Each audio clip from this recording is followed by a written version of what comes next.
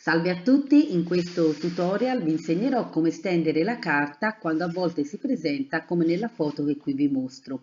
Succede a volte di non usare fogli prettamente specifici per acquerello che hanno una grammatura che non consente un tiraggio della carta perfetta. Allora, se trovate il vostro lavoro finito in queste condizioni, è possibile rimediare bagnando dal dietro con dell'acqua pulita. Prendete un pennello, bagnate tutta la superficie, logicamente il davanti del dipinto deve essere già asciutto, bagnate semplicemente il retro abbondantemente, non occorre però fare pozze di acqua sicuramente, però bagnare uniformemente e abbondantemente. E dopo aver proceduto, diciamo, a bagnare tutto il retro del foglio, non rimane altro che procurarvi dei libri o degli oggetti, diciamo, abbastanza pesanti e posizionare il vostro foglio capovolto.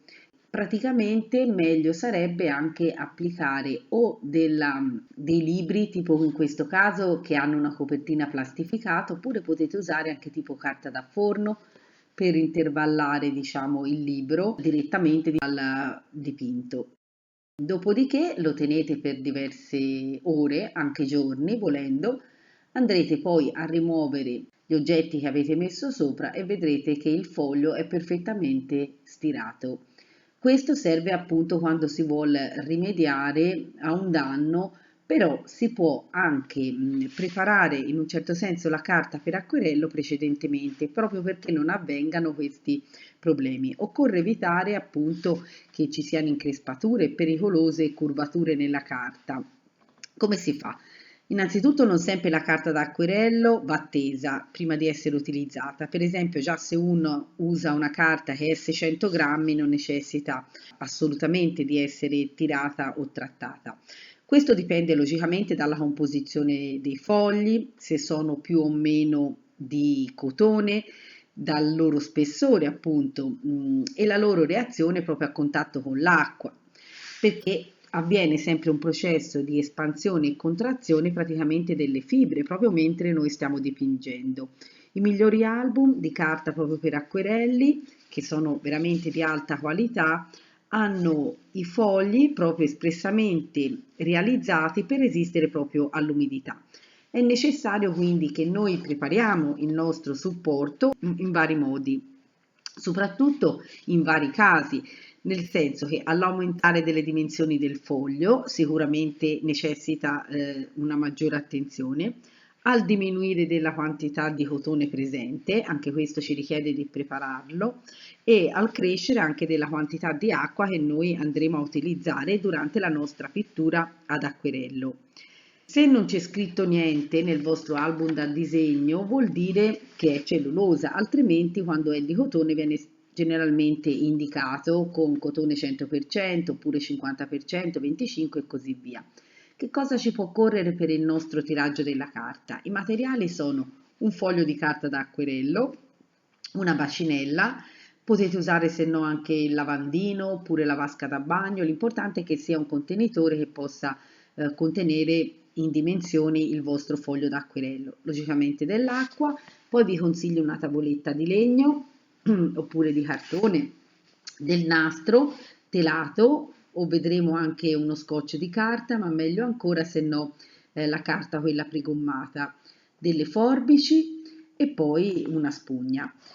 Come si procede? Si procede, diciamo, mettendo il nostro foglio in un contenitore fino a ricoprirlo, diciamo, di acqua. Deve essere immerso completamente.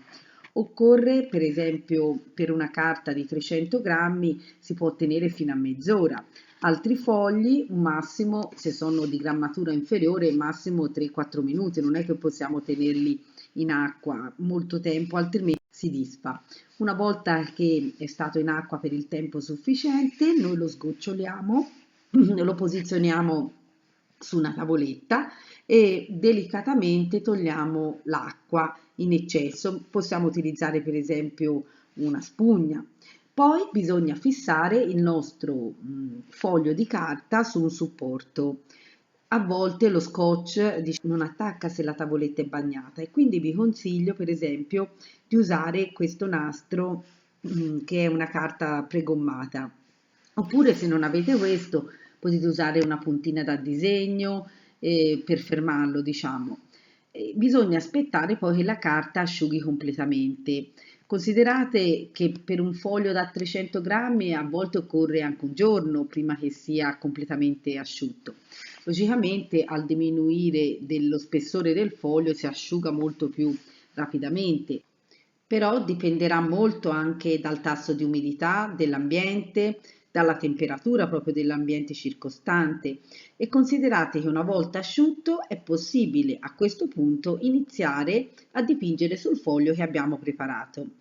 Lo sapete che esiste anche della carta che viene chiamata catramata, come questa che vi mostro, per esempio dell'Arches, con i fogli incollati tra loro. Se avete però dei fogli, per esempio, che non sono incollati, vi insegno un trucco, è possibile incollarli lateralmente proprio. È possibile incollarli lateralmente. Per esempio, potete prendere del Vinavil e una spugna, passando sui bordi quando il foglio dell'album logicamente è chiuso. Bisogna però ricordarsi di lasciare una parte non incollata per poter rimuovere poi i fogli una volta eseguito il nostro acquerello e quindi magari infilare un coltello per poter o un oggetto tagliente delle forbici per poter rimuovere, diciamo, il foglio da quelli sottostanti. Spero che questo mio tutorial sia stato per voi utile.